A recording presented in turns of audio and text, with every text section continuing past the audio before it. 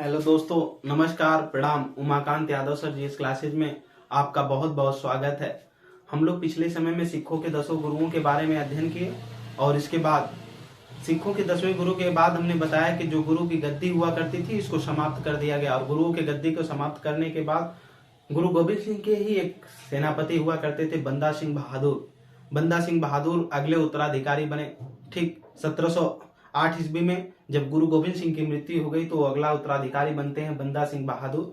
ठीक, उन्होंने सरहिंद पर अधिकार किया आकर के पंजाब में, और सरहिंद पर अधिकार करने के बाद गुरु नानक देव और गुरु गोविंद सिंह के नाम से उन्होंने सिक्के को चलवाया। क्या याद आप रखेंगे? गुरु गोविंद सिंह और गुरु नानक देव के नाम पे उन्होंने क्या चलवाया था? सिक्के चलवाया था सरहिंद पर अधिकार करके। बाद में 1716 में गुरदासपुर का युद्ध होता है। ठीक उस समय मुगल बादशाह फर्रुखसियर हुआ करता था और इधर सिखों के नेतृत्वकर्ता बंदा सिंह बहादुर हुआ करते थे। तो गुरदासपुर के युद्ध में ही बंदा सिंह बहादुर को पराजित करके फर्रुखसियर के द्वारा कैद करवा लिया गया और बाद में 1716 में इनकी हत्या करवा दी गई। और वहां की जो जागीरदार हुआ करती थी वो मुगल बादशाह 1716 के बाद से लगभग 8 सालों तक बंदा सिंह बहादुर रहे, जो सेनाओं का नेतृत्व किए सिखों की और मजबूत किया उन्होंने। फिर इसके बाद जो 1716 में इसकी हत्या के बाद पूरे मुगल जो थे वो पंजाब के अधिकार क्षेत्र पर आ गए, मतलब पंजाब को अधिकार में ले लिए। और उन्होंने क्या किया कि वहां की जो जागीर थी पंजाब की उस जकारिया खां को सौंप दिया गया था। लेकिन जकारिया खां 1716 से संभालते संभालते 1726 में आने के बाद वहीं के एक व्यक्ति कपूर सिंह को उन्होंने सौंप दिया अपनी पूरी सूबेदारी और चला आया वापस। तो कपूर सिंह उसको संभालते संभालते उन्होंने एक दल खालसा की स्थापना किया और उसी दल खालसा के अगले उत्तराधिकारी नियुक्त हुए जस्सा सिंह आहुलिया। जस्सा सिंह आहुलिया ने अपने समय में लगभग 1753 के आसपास उन्होंने राखी प्रथा को स्टार्ट किया, जो आज भी राखी प्रथा चलती है। और उन्होंने लगभग 1763 से लेकर के 1773 तक सिखों के सेनाओं का नेतृत्व किया और उन्हीं के समय में जो सिख संप्रदाय था लगभग 12 भागों में बट गया। यानी पूछा जाता है क्वेश्चन कि सिख जो संप्रदाय था किन के समय में जो है ये कई संप्रदायों में बट गया। तो जस्सा सिंह आहुलिया के समय में, ठीक, जो कपूर सिंह के उत्तराधिकारी हुआ करते थे। कपूर सिंह कैसे जागीर प्राप्त किए थे? वो जकारिया खां से प्राप्त किए थे। जकारिया खां कैसे वहां का सूबेदार बना था मुगल? तो वो बंदा सिंह बहादुर की हत्या के बाद बना था। बंदा सिंह बहादुर का ही एक नाम क्या मिलता है?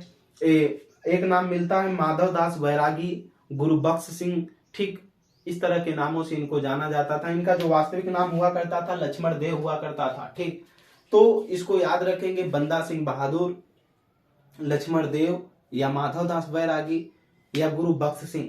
उनके बाद के जो मुगल सूबेदारी आ गई जकारिया खां, वहां पर 1716 से 1726 तक रहा। 1726 के बाद उन्होंने कपूर सिंह को सौंप दिया और कपूर सिंह ने उस स्थिति को, मतलब उस समय के मुगल जो वहां पर सूबेदारी थी उसको संभाल करके वहां पर दल खालसा की स्थापना किया। जैसे खालसा पंथ हुआ करता था, गुरु गोविंद सिंह ने किया था, उसी के आधार पर उन्होंने दल खालसा की स्थापना किया। और दल खालसा आगे चल करके कपूर सिंह के नेतृत्व करता हुए जस्सा सिंह आहुलिया, जिन्होंने 1753 में राखी प्रथा की स्टार्टिंग की और फिर इसके बाद 1763 से लेकर 1773 तक लगभग 10 सालों तक उन्होंने सिखों के सेनाओं का सिखों का नेतृत्व किया। फिर उन्हीं के समय में जो सिख संप्रदाय था लगभग 12 मिसलों में बढ़ गया। 12 मिसल क्या होता है यहाँ पर? संप्रदाय या समुदाय कह लीजिए। तो 12 समुदायों में बढ़ गया। वो 12 समुदायों में जो इंपॉर्टेंट है वो पूछे जाते हैं। एक सबसे ज्यादा इंपॉर्टेंट सुकर चकिया मिसल है, जिसके नेतृत्वकर्ता चणत सिंह रहे हैं। ठीक, उन्हीं के उत्तराधिकारी महाराजा रणजीत सिंह हुए और फिर उन्हीं के उत्तराधिकारी महाराजा दलीप सिंह हुए, जहां उनको महारानी विक्टोरिया को उन्होंने गिफ्ट, मतलब स्वर्ण दान किया, कोहिनूर हीरा दान किया। ठीक, तो देखते हैं जो 12 मिसल हैं, यही आपके सामने लिखा गया। 12 मिसलों को आप नोट करेंगे, जो इंपॉर्टेंट है उनके आगे कोष्टक में इंपॉर्टेंट लिखा गया है।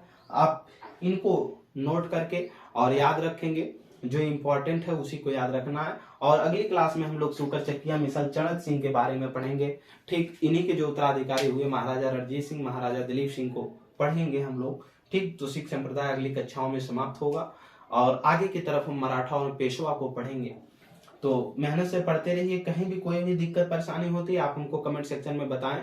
जो चीजें हम उसी तरह कहानियों के रूप में बता जाते हैं तो कुछ आप उसको नोट भी कर लिया करिए। ठीक, कहानी सुनने से कुछ नहीं होता है, उसको अगर नोट रखेंगे तो अच्छा होगा। ठीक, जैसे बंदा सिंह बहादुर का हमने नाम बताया, लक्ष्मण देव, ठीक, माधव दास बैरागी या गुरु बख्श सिंह। ठीक, गुरु बख्श सिंह जो नाम दिया गया था ये गुरु गोविंद सिंह जो थे उन्हीं के द्वारा दिया गया था। ठीक, आगे की बात हम लोग अगली कक्षाओं में मिलते हैं। ठीक, उमाकांत यादव सर जी इस क्लासेज में जुड़ने के लिए आपका बहुत बहुत धन्यवाद।